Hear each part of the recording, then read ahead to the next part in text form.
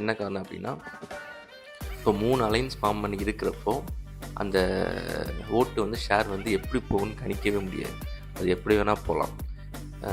யாருக்கு வேணாலும் தொகுதி வந்து ஜெயிக்க வாய்ப்பு இருக்குது அப்படிங்கிற மாதிரி போயிடும். ஸோ கடைசியில் ஆட்சி அதிகாரம் பிடிக்கிறப்பையும் ஆட்சி பிடிக்கிறப்பையும் ஒரு சிக்கல் வரதுக்கு வாய்ப்பு இருக்குது. ஏன்னா தொகுதி பிரிஞ்சிருச்சு, பெரும்பான்மை வரலாம், ஆட்சி அமைக்கிறது கஷ்டமாக போயிடும். அப்போ 2 அலைன்ஸ் ஜாயின் ஆகிற மாதிரி இருக்கும். இது மாதிரி நடக்கிறதுக்கு வாய்ப்பு இருக்குது. ஸோ அப்போது இப்போ டிஎம்கே ஒரு கூட்டணி ஃபார்ம் பண்ணிச்சு, ஏடிஎம்கே ஒரு கூட்டணி ஃபார்ம் பண்ணிச்சு. இப்போ தாவேக்கா மட்டும் கூட்டணி ஃபார்ம் ஆகாமல் இருக்குது.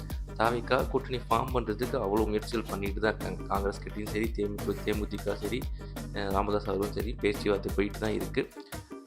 நிறைய சீட்ஸ் தரேன், நிறைய ஆஃபர் பண்ணுறாங்க தாவேக்கா. ஏன்னா கூட்டணி அமைச்சே அவனுக்கு தாவேக்காவுக்கு கூட்டணி அமைச்சா தான் அவங்களுக்கு வந்து ஒரு நல்ல எட்ஜு கிடைக்கும். இப்போ தாவேக்காவுக்கு ஒரு 10-12% இருக்குன்னா கூட்டணி அமைக்கிறது மூலமாக 15-20% எட்ஜு